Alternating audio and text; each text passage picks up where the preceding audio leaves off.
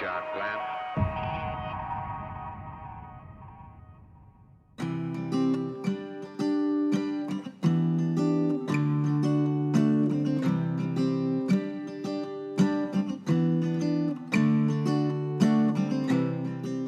When I was a kid, there was no such word as astronaut. I thought it'd be great to be a pilot sometime, but we didn't have enough money for me to take flight lessons. When I was growing up, my dad, one time we drove by a field where there was a plane, an old biplane, open cockpit, taking people up for rides. And so my dad and I went up in that airplane, and I was only about 8 or 9 years old. And I thought that was neat. That was the first time I'd ever been in the air. And to look down on all the houses and the people and cars and things was really something.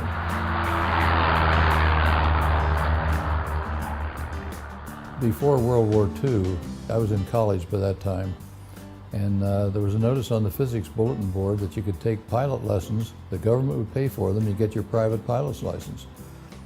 And it's called Civilian Pilot Training, CPT program. And so that's what I went through and got my private pilot's license in the spring of '41. If you talk to him, he had a pretty humble upbringing in Ohio, and he went into the Marine Corps at an early age and got married at an early age. Matter of fact, he and Annie, I think, shared cribs in the same hospital room when they were born, believe it or not. Pearl Harbor occurred at the end of '41. I dropped out of college in the middle of my junior year and started flight training, and then was overseas later on for a year during World War II. He was in World War II as a fighter pilot. He was in Korea as a fighter pilot, and then he was a test pilot for the Marine Corps. So he had a humble upbringing just like the rest of us. He's a very down-to-earth person. When NASA finally got interested in sending somebody into space, it was such a new thing. It was all very, very secret at that time. In the midst of the Cold War, here the Soviet Union and the United States poised to annihilate each other with nuclear weapons, and it was an extraordinary time. Of course, we were all given orders, which were supposed to be secret, to come to Washington and to not discuss the reason for those orders with anyone, even our wives. Being a kid growing up on the east coast of Florida at that time, as all of these astronauts, as we were trying to catch up with the Soviets who had shocked our pants off of us. The Russians, I think, were pretty confident that they were far ahead. After all, they had launched Yuri Gagarin in April of 1961. We had launched Alan Shepard, but it was on a suborbital flight. President Kennedy had made the announcement about going to the moon within a decade at the end of May. But the Soviets didn't take that very seriously. In fact, they went off and launched their next cosmonaut. So it was a brand new experience for everybody. Nobody had been through this before. We went through a long selection process, and which included physical and psychological and every measurement they knew how to make on the human body, I guess. Those early pioneers at the Cape were something else, because not only were they flying by the seat of their pants many times, designing rockets on the back of an envelope, but all the time they were swatting mosquitoes and dodging rattlesnakes and alligators. So when we finally came down and we were finally selected, we were very happy to be there and felt honored to be among the 7 to be selected. The original 7 were, of course, figures that were revered, the engineers who were doing the designs, the launch crews who were doing the day in and day out work, and then the crew shimmying into those little tin cans called capsules that were taking us into the heavens.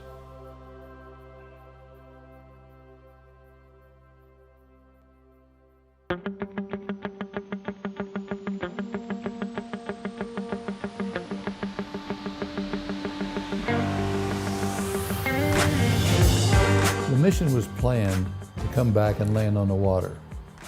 And so we did a lot of water training on it too. So what would happen if you had a leak in the spacecraft after you once hit the water, what the impact would be. If you're underwater, could you get out?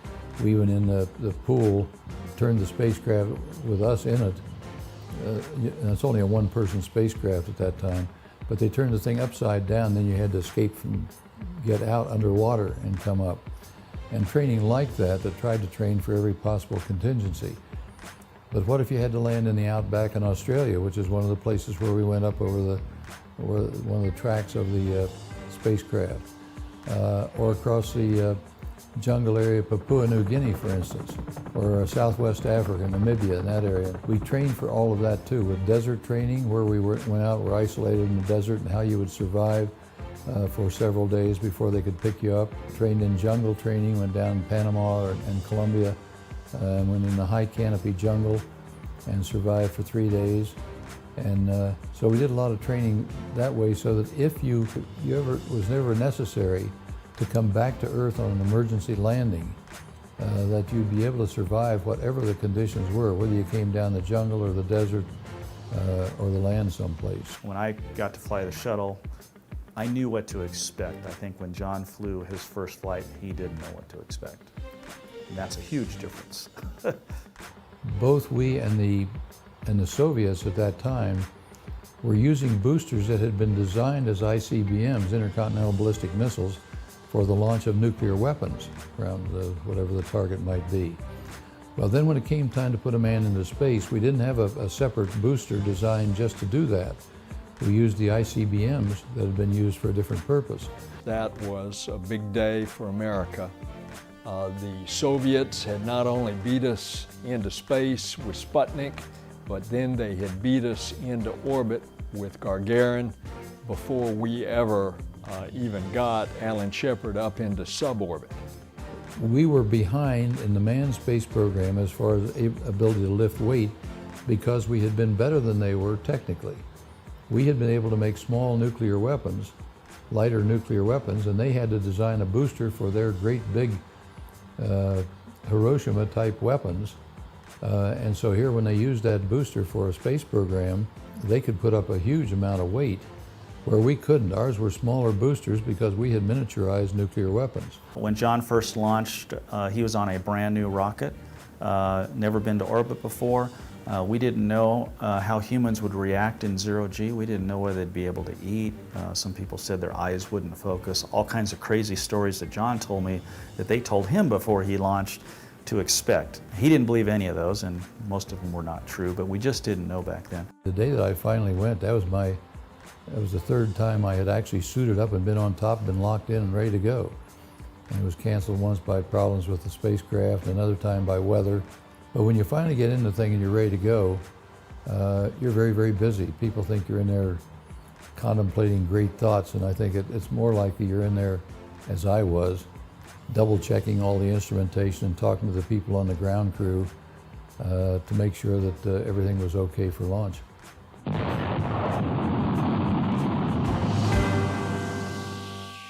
Godspeed, John Glenn. 6, 5, 4, 3, 2, 1, 0. Roger, the clock is operating. We're underway. Loud and clear. Roger, we're programming and roll okay. Godspeed, John Glenn. I was in the blockhouse when he was, and the last to speak to him before liftoff. Gus and Al had both done that, but they weren't riding on this big, big fuel tank that had the ability to give him more speed than what Al and Gus had had. They didn't have enough to coast all the way around the world. They just had enough to go up a little ways and fall back to Earth. People look at all this fire and smoke on the ground and they think you're under huge stress inside. You're not. The thrust is just barely greater than the weight of the spacecraft, so you lift off very gently. And the more the fuel burns out there, the lighter it becomes, and the thrust is still high. So the farther you go up here on this entry into space, the more G's you feel inside.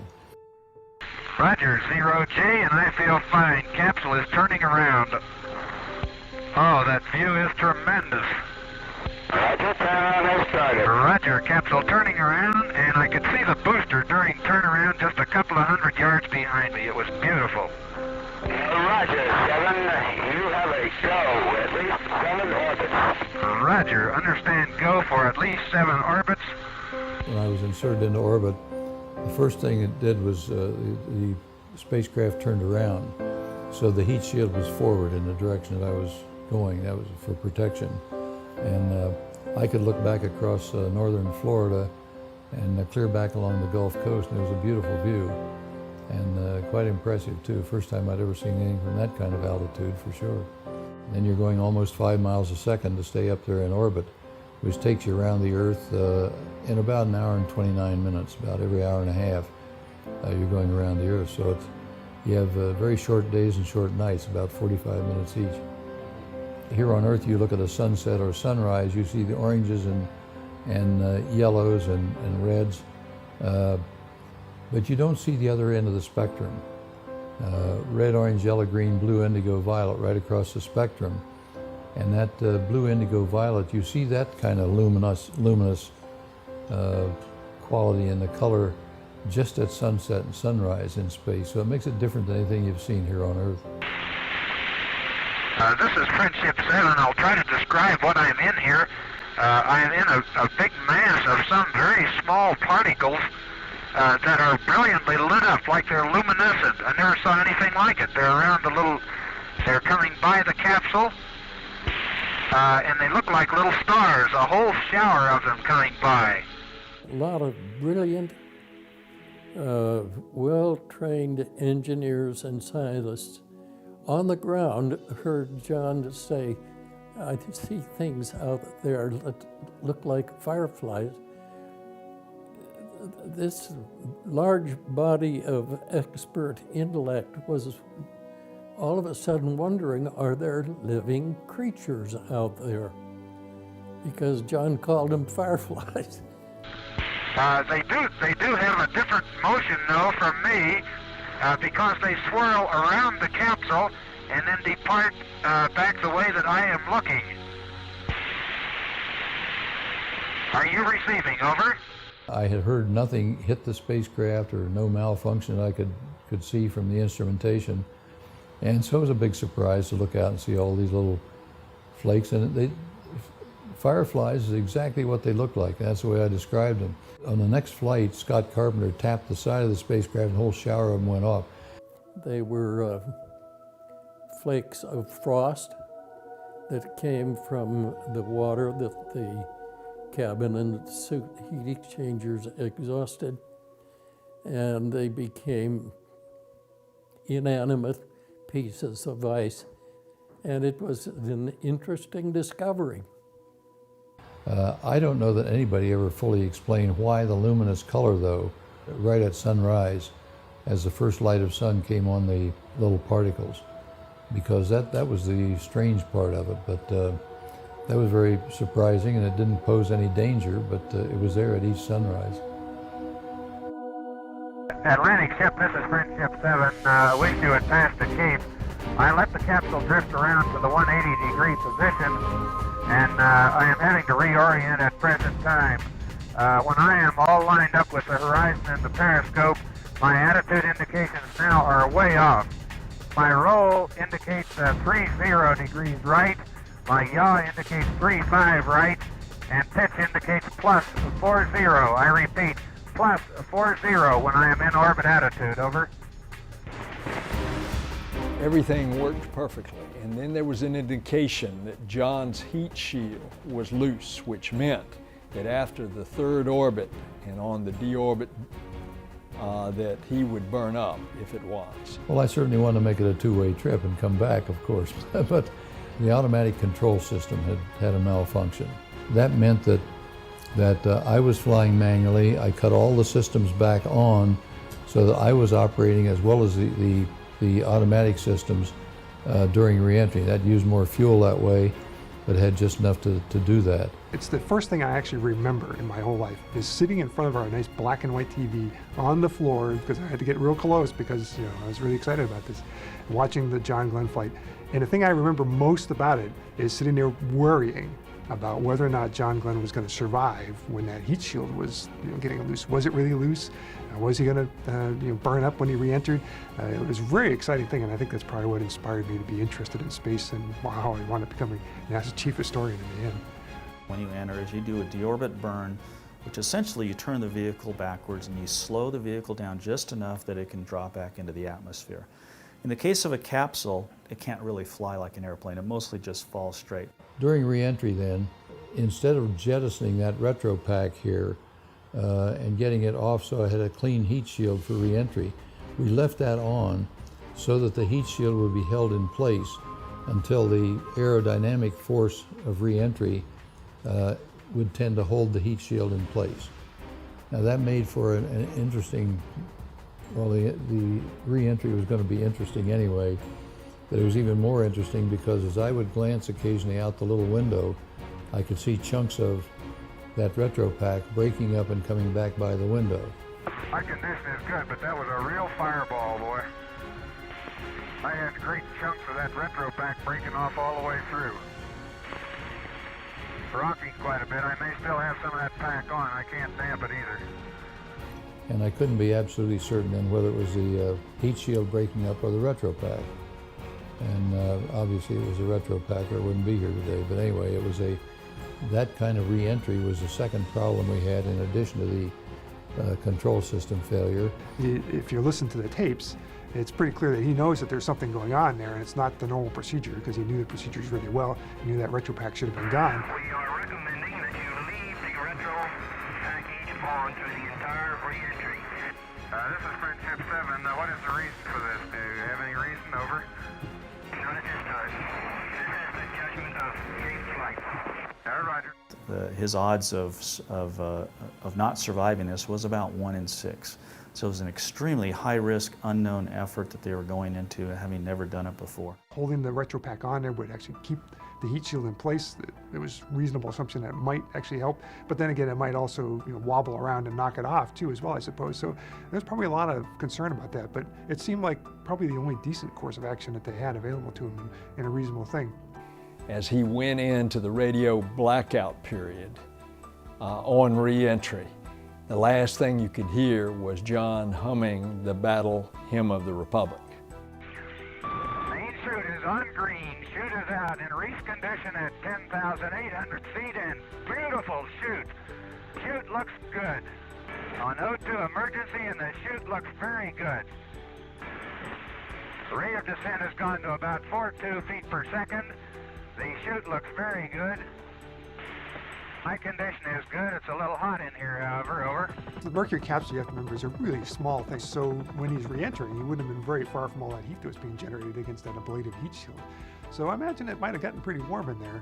And of course, it would have been a pretty rough ride as well because you're going through a tremendous change in speed and altitude and G-forces.